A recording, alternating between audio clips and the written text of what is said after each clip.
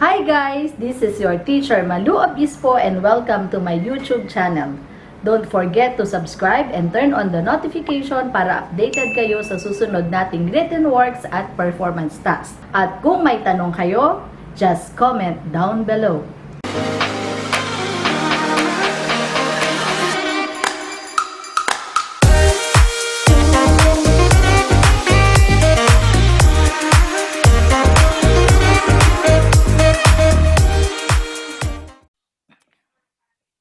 Good morning, Grade 10, Grade 10 Moab, Nazareth, and Macedonia. For today, we are going to talk about basic cooking techniques and procedures. Why do we cook food? Basically, there are three aims of cooking: for sterilization, preservation, and digestibility. Of course, cooking ensures that food is safe to eat because the heat destroys harmful bacteria. Aside from that, cooking makes the food easier to digest, to add flavor, to add color, to make food look appetizing, and make food smell more appetizing. It also prevents food spoilage by increasing the keeping quality, improve the texture, soften the food, or tenderize, and of course, it adds nutritional value. So extra challenge talaga kung tayo as human being ay kakain ng hilaw na pagkain. Tatandaan natin ang primary consideration natin is to kill the microorganism because yung high temperature kills harmful bacteria. Cooking is a helpful way for the body to digest better. The body cannot get enough nutrients from raw food. Thus, cooking helps the nutrient to interact together and let the body benefit from them. Basically, there are three types of cooking method. The three types of cooking methods are dry heat cooking, moist heat cooking, and combination cooking. Each of these methods uses heat to affect foods in a different way. All cooking techniques, from grilling to steaming, can be grouped under one of these three methods. Understanding and mastering the different types of cooking method is essential to becoming a great chef or home cook. Understanding and mastering the different types of cooking method is essential to becoming a great chef or home cook. Knowledge of cooking techniques allow you to work with a variety of ingredients and kitchen equipment to achieve consistent, flavorful results in your cooking. Today's learning objective is to explain the different basic cooking techniques and their procedures. So let us remember, there are three types of cooking methods: dry heat, moist heat, and combination cooking. So what is dry heat? Dry heat cooking refers to a cooking technique where the heat is transferred to the food item without using extra moisture. This method typically involves high temperatures from 30 degrees Fahrenheit or hotter. Dry cooking works without the presence of any moisture. So when I say moisture, it can be broth or water. Instead, the circulation of hot air or contact with fat to transfer heat to foods. So remember, temperatures of 300 degrees or hotter are used to create browning, a reaction where the amino acids and sugar in food turn brown and create a distinct aroma and flavor. The unique scents of toasted bread or seared meats are both examples of dry cooking. So what are the examples of dry cooking methods? They are baking, grilling, roasting, frying, barbecuing, basting, and broiling. Tender meats come from animals' weaker muscles or any relatively low-activity muscles that have fine textured muscle fibers with relatively weak collagen. Poultry breast, beef tenderloin, pork chops, and lamb racks are all considered tender meats. And Nearly all seafoods like fish fillet and shrimps are tender. So bakit meron diyang different parts of a swine or pig or pork? So ang ibig sabihin, yung dry heat cooking methods ay applicable para sa mga tender cuts of meat, yung mas malambot. So ano yung mas malambot? Ito yung hindi masyadong gumagalaw or na-exercise na part ng carcass or dead body of an animal. So the first cooking method under the dry heat cookery is baking. It is a method of preparing foods that uses dry heat, typically in an oven, but it can also be done in hot ashes or on hot stones. So yung baking and roasting both uses indirect heat to surround foods and cook from all sides. So pag sinabi natin baking, ito ay applicable for breads, rolls, and cake. But when we say roasting, it is used when cooking meats or vegetables. So technically, these cooking methods are the same, but baking is usually performed at lower temperatures than roasting. Grilling involves cooking on a rack over a heat source, usually a charcoal fire or ceramic briquettes heated by gas flames. Grilling is similar to broiling, in that it uses radiant heat to cook foods quickly. Most commonly, grilling equipment will feature an open grate with a heat source located beneath the food. Flipping is required to cook foods on both sides, and grill marks from the hot grate or rack are desirable. So, roasting. So, medyo na-explain ko na to kanina doon sa baking. Kasi pagka baking, ito ay applicable sa mga breads and pastries. Pero kapag naman meats and vegetable, roasting naman ang tawag dito. So by definition, roasting is a cooking method that uses dry heat where hot airs cover the food. Cooking it evenly on all sides with temperatures of at least 150 degrees Celsius from an open flame, oven, or other heat source. Roasting is also applicable for nuts, and nuts can be roasted with or without shells. Moving on to frying. Frying is a method of cooking in which the food is cooked in a bath of hot oil or fat, typically between 350 and 375 degrees Fahrenheit. So, we can use different kinds of fat or oil when frying. We can use frying oil, salad oil, corn oil, butter oil, margarine, olive oil, or even bean oil. This means frying means cooking your food in fat. And there are several variations of frying. What you are seeing right now are the first two. We have pan frying and deep frying. When we say pan frying, the food is cooked in a frying pan with oil. So, hindi siya masyadong marami yung oil. Kailangan mong i-flip or baligtarin para maluto yung other side. When we say deep frying, the food is completely immersed in hot oil. So, nakalubog yung piniprito natin sa mantika. At meron tayong dalawang klaseng frying.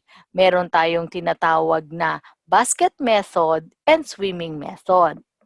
So, what are the tools used for frying? We have What are the tools for pan frying? These are frying pan, fish spatula, cooking tongs, cast iron skillet, splatter screen, instant heat thermometer, and cooling racks. For deep frying, these are the following tools. We have the stock pot that is for deep fat frying. We have deep fryer for basket frying, cooling rack, slatted spoon, thongs, instant read thermometer, and of course, the stainless spider strainer. Another variations of frying are sautéing and stir frying. So ano ba yung pinagkaiba ng stir frying and sautéing? Sautéing is where the food is browned on one side and then the other with a small quantity of fat or oil. So ito yung tayo ay naggigisa. When we say stir frying, you are frying the food very quickly on a high heat in an oiled pan. So the tools for sautéing are the following: sauté pan, spatula, tongs, skillet, pot holders, wok, and wooden spoon. These are the tools for stir frying. So ang isa sa pinaka-main difference kapag tayo ay nagsusute, ang ginagamit natin ay sauté pan. Kapag naman tayo ay nag-stir fry, ang ginagamit natin ay wok.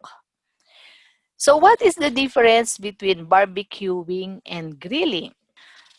Barbecuing or grilling is also considered as dry heat cooking methods.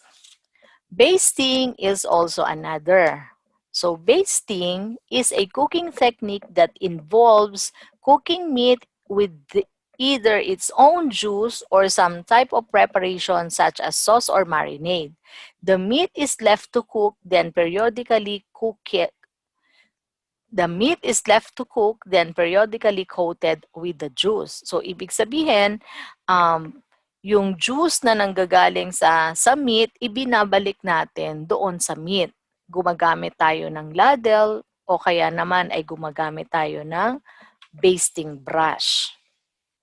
Grilling is a fast, dry, and very hot way of cooking. It is where the food is placed under an intense radiant heat. You can also use various sources of heat for grilling, such as wood burning, coals, gas flame, or electric heating. So, ano ba yung difference ng cooking using grilling or yung tinatawag nating barbecuing? Sa grilling, we are cooking foods hot and fast. So, mas mataas yung temperature. Sa barbecuing naman, the methods of cooking the food is that we are using low heat and then slow. So, grilling, hot and fast, barbecuing, low and slow. Moving on to broiling. This one is similar to grilling, except that the heat source comes directly from the top. So, pag sinabi nating grilling, yung init ay nanggagaling sa ilalim. Kapag ka naman broiling, ay nanggagaling siya sa ibabaw. So, you should be able to adjust your oven setting to broiling. But be careful, as these cooking methods works quickly and your meal could easily become burned. So, favorite dishes for broiling includes chicken, beef, and fish. So, pagka broiling, ito yung maninipis lang yung binobroil natin kasi madali siyang maluto. So, tatandaan natin, grilling, the flame comes from below, and for broiling, the flame or the heat comes from above. Moving on to moist heat cooking. So as the name indicates, moist heat cooking relies on the presence of liquid or steam to cook foods. This method can be used to make healthy dishes without any added fat or oil. It's also a great way to tenderize the tough fibers in certain cuts of meat, like beef chuck or brisket. When cooking fibrous vegetables and legumes, moist heat cooking softens the food until it reaches the perfect tenderness. Unlike dry heat cooking methods, moist heat cooking will not produce a brown crust. So, yung dry heat, hindi tayo nag-a-add ng kahit na anong moisture. Walang broth, walang milk, walang wine. Pero pag sinabi nating moist heat cooking, naglalagay tayo ng liquid or steam or flavored liquid katulad ng sabaw o kaya naman ay wine. So examples of moist heat cooking methods are the following. We have boiling, enfappiot, steaming, blanching, and poaching. So kung yung dry heat cookery is appropriate or recommended for tender cuts, ang moist heat cooking methods naman ay recommended for tough cuts. So ano ba yung tough cuts of meats? Ito yung part ng pork or ng chicken na madalas gumagalaw. Kaya ito, yung muscles niya ay mas matigas. The more exercise a muscle gets, the tougher the meat. Meat also toughen with age, so a young animal yield more tender meat. Boiling is cooking at a relatively high temperature, 212 degrees in water or some other water-based liquid. When the liquid boils, bubbles caused by water vapor rush to the surface of the liquid and pop. So, ang nilagay ko dyan is pasta. Kasi sa aking palagay, sa edad nyo, yan ang inyong isa sa pinakamadalas nyong niluluto at yan yung best example ng boiling. Aside from nilaga, sinigang, and bulalo. So tandaan natin, these cooking techniques involve submerging food in water that has been heated to boiling point. So yung boiling point natin is 212 degrees Fahrenheit. So pag sinabi nating boiling, boiling water produces large bubbles, yung bumubula ng malalaki, which keeps the food in motion while they cook. So the expression slow boil means the water has just started to produce large, slow-moving bubbles but it is not quite heated to the boiling temperature. So pag sinabi naman nating full boil, it occurs at the boiling point and results in fast-moving rolling bubbles. Steam is also released from the water as it boils. And papiot. It refers to a moist heat cooking method where the food is enclosed in a packet of parchment paper or foil and then cooked in an oven. So ano ba ang ibig sabihin ng enpapiot? Sabi nga natin, ito ay isang paraan ng pagluluto na kung saan ang ingredient o ang main ingredient na ating niluluto ay inilalagay sa loob ng bag. So yung bag ay pwedeng gawa sa parchment paper bago ito ipapasok doon sa oven. So in the absence of parchment paper, pwede rin tayong gumamit ng aluminum foil. So katulad ng fish in a parchment. So pag sinerve yan, pwedeng partially opened, tapos bahala na yung guest, yung kakain, na mag-open yan fully. Aside from fish, ginagawa din natin ang enpapiot cooking method sa mga chicken breast. So yung cooking with parchment, meron itong sinusunod na procedure. Meron siyang step-by-step paano ito gawin para ito naman ay magiging presentable. So minsan ginagawa natin ito sa bahay. Ang ginagamit naman natin ay instead na parchment paper or foil, gumagamit tayo ng banana leaves or dahon ng saging. Di ba minsan merong maliliit na fish na katulad ng dilis or yung mas maliit pa na dulong. Kumukuha tayo ng dahon ng saging, doon natin binabalot para hindi siya nadadamage. Maganda pa rin or presentable pa rin pag ating kinakain at nakokontrol natin ang serving portion. Steaming is a moist heat method of cooking that works by boiling the water which vaporizes into steam. It is the steam that carries heat to the food, cooking it. Unlike boiling, food is submerged in water. With steaming, the food is kept separate from the boiling water but comes into direct contact with the hot steam. So best examples of these are leche flan, puto, and siomai. So merong kumukulo na tubig pero ang niluluto natin ay wala doon sa tubig. Yung sumisingaw na vapor mula doon sa kumukulong tubig ang nagluluto doon sa ating food item. So, sabi ko nga, dapat continuous boiling para meron tayong steady amount of steam that will cook the food. The steam surrounds food and cooks it evenly while retaining moisture. Steaming can be performed in different ways. For high-volume kitchens, a commercial steamer or combi oven is most efficient. Other methods of steaming includes using a pot and steamer basket, using a microwave, or wrapping foods in foil so they can steam in the oven. So these are the examples of steaming tools. We have stock pot with glass lid, stainless steel steamer, instant pot steamer with lid, universal steamer with lid, microwave steamer, bamboo steamer basket, and of course, the instant pot. Blanching. It is a cooking process in which a food, usually a vegetable or fruit, is scalded in boiling water, removed after a brief time interval, and finally plunged into iced water or placed under cold running water to halt the cooking process. So yung blanching, ito yung parang binabanlian.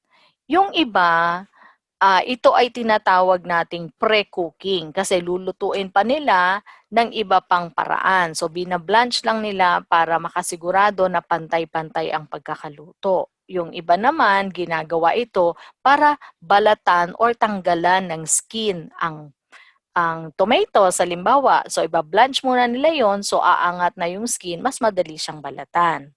So remember, the food here is partly cooked and then immediately submerged in ice cold water to stop the cooking process. So all sorts of vegetable can be blanched, including green beans, asparagus, and tomato. So tandaan natin, after blanching, kailangan ilagay siya sa hot water dahil kung hindi mo siya ilalagay, magdedere-derecho ang kanyang pagluluto at ito ay ma-overcook. So ito yung example ng blanching. So, kailangan boiling, tapos few minutes lang.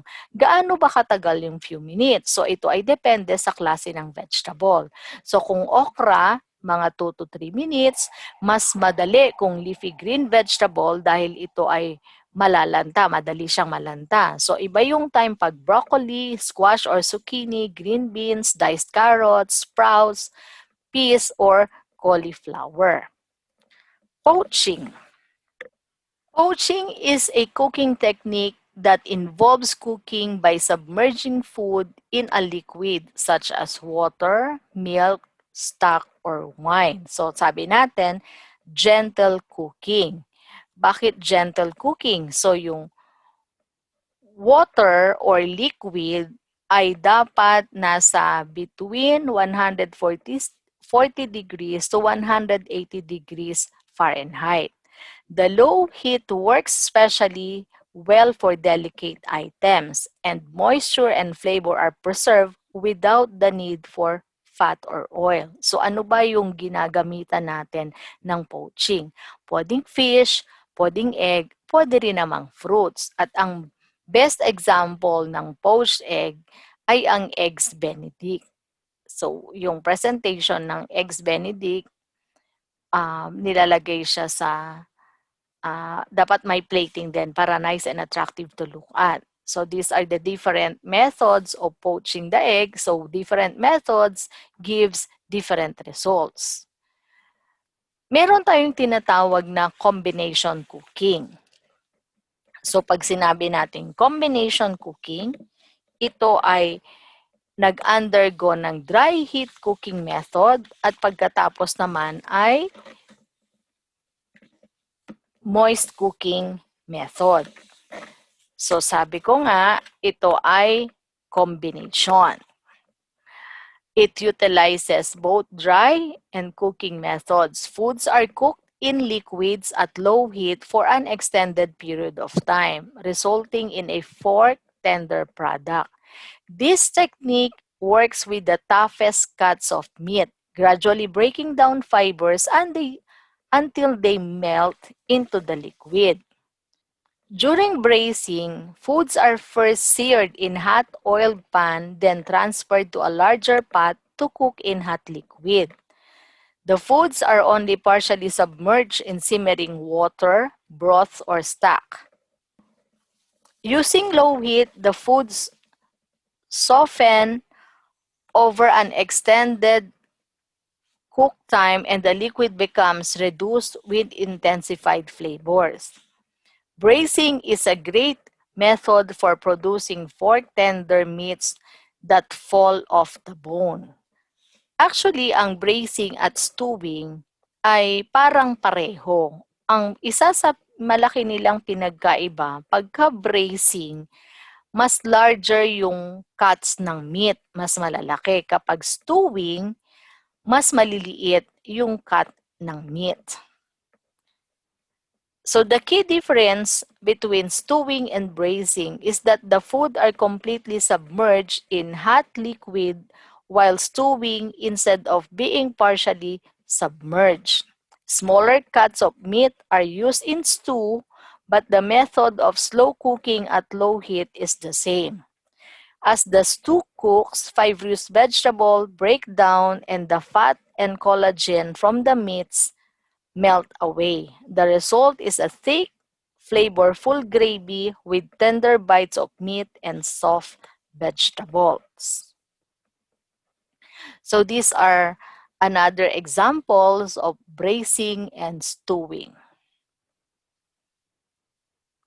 So again, braising is a combination cooking methods that start with pan-searing. Pag sinabi nating pan-searing, pina-fry siya para magkaroon ng brown color yung external part ng meat pero hindi pa luto yung loob niya, yung outside lang. And it will be followed by slow cooking in a liquid, pwedeng sa Dutch oven o kaya sa slow cooker hanggang sa lumambot yung meat. Ganoon yung braising. So stewing is a long, slow cooking method where food is cut into pieces and cooked in the minimum amount of liquid, water, stock, or sauce. The food and the cooking liquid are served together. All the stews have a thickened consistency. Stewed foods may be cooked in a covered pan on a stove or in a covered pan in an oven. So to summarize, there are three types of cooking methods: the dry heat cooking, moist heat cooking, and combination cooking. Again, each of these methods uses heat to affect foods in a different way. All cooking techniques from grilling to steaming can be grouped under one of these three. Remember, understanding and mastering the different types of cooking methods is essential to becoming a great chef or a home cook. Knowledge of cooking techniques allow you to work with a variety of ingredients and kitchen equipment to achieve consistent, flavorful results in your cooking. This is your teacher Malou Obispo saying, thank you for listening, stay safe, and may God bless us all.